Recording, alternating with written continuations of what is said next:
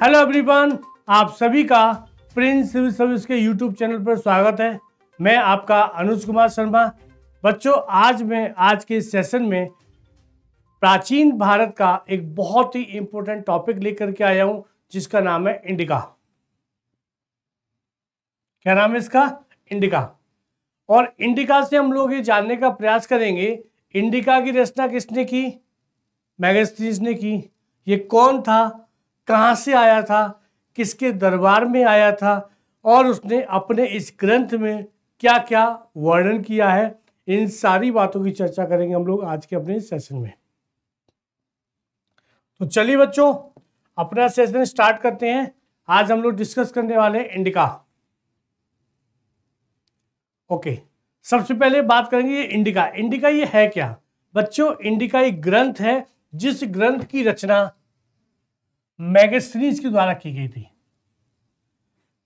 Indica एक ग्रंथ है, मौर्यकालीन ग्रंथ माना जाता है, जिसकी रचना मेगास्थनीज के द्वारा की गई थी। ये मेगास्थनीज कौन है? ये मेगास्थनीज सेल्यूकस निकेटर, जो कि एक यूनानी शासक है। इस यूनानी शासक ने मेगास्थनीज को चंद्रगुप्त मौर्य के दरबार में अपना राजदूत बना करके भेजा था। क्या बना के भेजा था? अपना राजदूत बना करके भेजा था।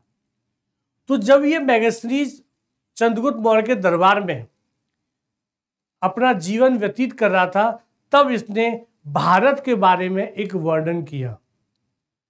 और इस जो वर्णन किया, जिस ग्रंथ में किया, उस ग्रंथ को इंडिका कहा जाता है। तो आज की सेशन में हम लोग देखेंगे क्यों, क्योंकि यूपीएससी और आरएएस और अन्य जो गवर्नमेंट एग्जाम है, वहां पर अभी तक ये पूछा जाता था कि इंडिका नामक ग्रंथ की रचना किसने की है?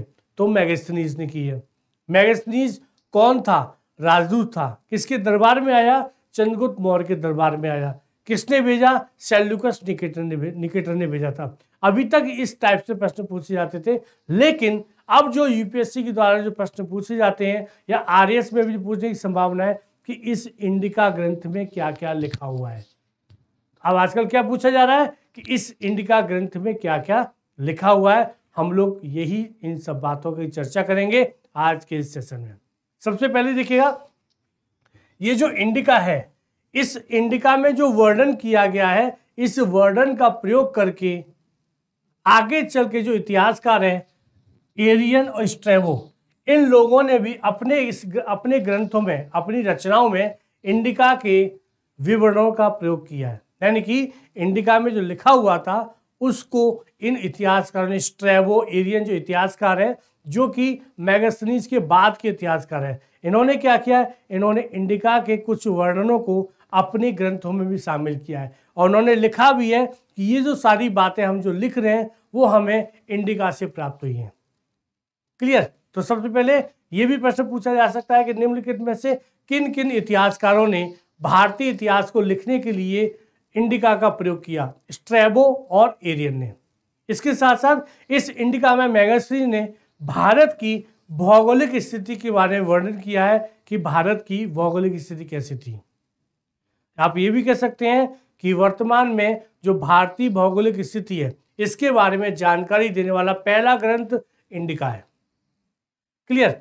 इसके साथ साथ इंडिका में मेगास्थनीज ने भूमि की उर्वरता के बारे में बताया है, क्योंकि मेगास्थनीज जब मौर्य साम्राज्य को देखा था चारों तरफ हरियाली है, अन्न का उत्पादन बहुत ज़्यादा होता है, अधिशेष भी ज़्यादा होता है, तब उसने अनुमान लगा करके लिखा कि भारत में जो भूमि है बहुत ही उर्वरक है, यहाँ पर उत्पादन बहुत ज़्यादा होता है। आगे देखते हैं, जैसे कि मेगास्थनीज क्या किया?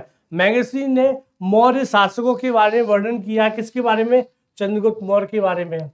मेगास्थनीज ने पाटलिपुत्र, जो कि मौर्य शासकों की राजधानी थी, मौर्य साम्राज्य की राजधानी थी, पाटलिपुत्र के बारे में भी अपना उल्लेख किया है। लेकिन उसने पाटलिपुत्र को पोलीब्रोथा के नाम से पुकारा है।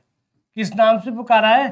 पोलीब्रोथा। इसके साथ साथ मेगास्थनीज ने नगर प्रशासन, सैन्य प्रशासन किस किस के द्वारा, किन किन समितियों के द्वारा चलाया जाता था, पूरा का पूरा उल्लेख किया है। उसने कंप्लीट डिटेल एनालिसिस किया, डिटेल एक्सप्लेन किया है कि पाटलिपुत्र का नगर प्रशासन कैसे चलाया जाता था, सैन्य प्रशासन कैसे चलाया जाता था, बल्कि उसने ये भी बताया कि 30 सदस्यों की एक समिति हुआ करती थी जो कि नगर प्रशासन को देखती थी और सैन्य प्रशासन को भी देखती थी, यानी कि 30 सदस्य सैन्य प्रशासन में और 30 सदस्य नगर प्रशासन में। इसके साथ साथ मैगस्थनीज ने जो भारत में व्यापार का प्रसिद्ध मार्ग था उत्तरापथ, उसका भी वर्णन किया है।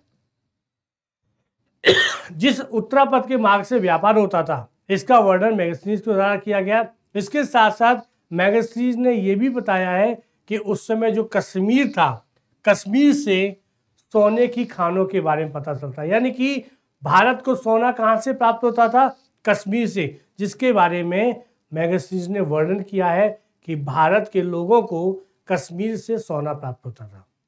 इसके साथ साथ जो भारतीय समाज है, मैगस्थनीज के द्वारा उसका भी वर्गीकरण किया गया है। जैसे कि उसने भारतीय समाज को 7 जातियों में वर्गीकरण किया है, यानी कि भारत में कितनी प्रकार की जातियां हैं, 7 जातियां, 118 जनजातियां हैं और 58 नदियों का उसने उल्लेख किया, यानी कि भारतीय भूभाग में या भारतीय समाज में कुल 7 जातियां मौजूद थी और 7 जातियों के साथ साथ कुल 118 जनजातियों का भी उसने उल्लेख किया है। और इसके साथ साथ उसने ये भी बताया है कि भारत में 58 नदियां थी। कितनी थी? 58। उन्हें इन 58 नदियों का उसने उल्लेख किया है। प्लस इसके साथ साथ मैगस्थनीज बताते हैं कि जो भारतीय लोग थे सबसे ज्यादा खाने में चावल का प्रयोग करते थे और उनके जीवन में चावल का विशेष महत्व, यानी कि चावल को सबसे ज्यादा खाया जाता था खान पान में। इसके साथ साथ मैगस्थनीज ने बताया कि भारत में जो शहद है वो बिना मक्खियों के भी उसका उत्पादन किया जाता था। हो सकता है उसने ये दिखाने का प्रयास किया हो कि कुछ इस तरीके से कि बिना मक्खी के भी शहद का निर्माण किया जाता था, उसने इस बात का भी उल्लेख किया है। प्लस मैगस्थनीज ने यह भी बताया कि भारतीय लोग जो थे पुनर्जन्म पर विश्वास करते थे, यानी कि उनके कुछ ऐसे रीति रिवाज थे जिससे उसने बताने का प्रयास किया है कि भारत के लोग पुनर्जन्म पर विश्वास करते थे। प्लस उसने बताया कि भारत में कुछ ऐसी चींटियां प्राप्त होती थी जिसकी खाल चीते की तरह होती थी और इन चींटियों के माध्यम से सोने की खानों में सोना निकाला जाता था।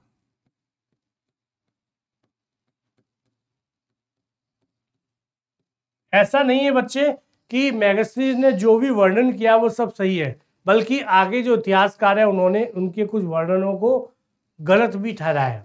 प्लस मैगस्थनीज ने बताया कि पांड्य राज्य जो है, दक्षिण का जो राज्य था पांड्य राज्य, उसकी स्थापना हेराक्लीस की पुत्री ने की है।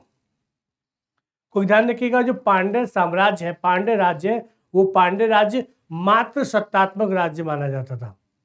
और इसके बारे में वर्णन करते हुए मैगस्थनीज ने बताया कि इस पांड्य राज्य की स्थापना हेराक्लीस की पुत्री ने की थी और हेराक्लीस की तुलना उन्होंने किससे की है? भगवान कृष्ण से।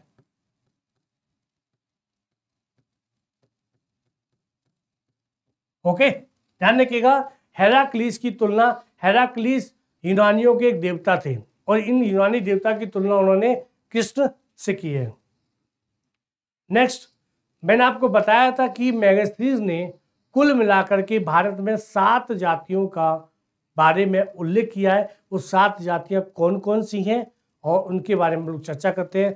जैसे कि सबसे पहले ध्यान रखिएगा, ये जो क्रम है, इसी क्रम में उसने जातियों का वर्गीकरण किया है। और इस क्रम को जब मैं आपको समझाऊंगा, जातियों के नाम बताऊंगा, तो आपको लगेगा ये जातियां नहीं बल्कि कर्म करने वाले लोग हैं। कौन है? जिस प्रकार का लोग कर्म करते थे उसने उसको उसी जाति में शामिल कर लिया। ये जो उसने जातियों का वर्गीकरण किया, इसका आधार क्या है? तो आपको एक बात बता देता हूं कि जो भारतीय नहीं, जो इतिहास के पिता कहे जाते हैं, हेरोडोटस ने जब मिस्र का इतिहास लिखा था तो उन्होंने भी क्या किया? उन्होंने भी वहां पर कर्म के आधार पर जातियों का निर्माण किया। सेम मैगस्थनीज ने भी हेरोडोटस को फॉलो किया और उसने ये नहीं देखा कि यहाँ पर जन्म के आधार पे जातियों का वर्गीकरण किया जाता है। उन्होंने भी हेरोडोटस के आधार पे कर्म के आधार पे जातियों का वर्गीकरण किया और सबसे ऊंचे पद पे उन्होंने किसको रखा? दार्शनिक को। दार्शनिक मतलब हमारे यहाँ के जो ब्राह्मण है उसको उन्होंने सबसे ऊपर रखा। सेकंड नंबर पे लग रहा है किसान, तीसरे नंबर पे अहीर। अहीर कौन है? अहीर है पशुपालक, उसने अहीर नाम दिया उनको। क्या नाम दिया है? अहीर। उसके बाद है कारीगर, शिल्पी, फिर सैनिक, फिर निरीक्षक यानी कि अधिकारी, फिर सभासद। तो यानी कि उसने भारतीय समाज को 7 भागों में विभाजित किया है। दार्शनिक, किसान, अहीर, कारीगर, सैनिक, निरीक्षक और सभासद। क्लियर? कंप्लीट? याद कर लीजिएगा इसको, क्योंकि कभी कभी यूपीएससी से क्रम में भी पूछ सकता है, या फिर यह भी पूछ सकता है कि निम्नलिखित में से किन किन जातियों को मैगस्टीन्स ने भारतीय समाज में शामिल किया था। क्लियर? इसके बाद देखते हैं कि मैगस्टीन्स ने और क्या क्या वर्णन किया है इंडिका में। जैसे कि मैगस्टीन्स ने बताया कि भारत में कभी अकाल नहीं पड़ते थे। मैगस्टीन्स ने बताया कि भारत में अकाल नहीं पड़ते थे। ये बात गलत है, क्योंकि मैंने आपको एक सेशन में बताया भी था कि 2 अभिलेख है, महास्थान और सहगोरा, उनसे पता चलता है कि भारत में अकाल पड़ते थे, लेकिन उसने वर्णन किया अकाल नहीं पड़ते थे। ऐसा हो सकता है कि उसके काल में जब तक उसने यहाँ पे जीवन व्यतीत किया अकाल नहीं पड़े हों। इसके साथ साथ वो कहता है कि भारत में लेखन कला का अभाव है।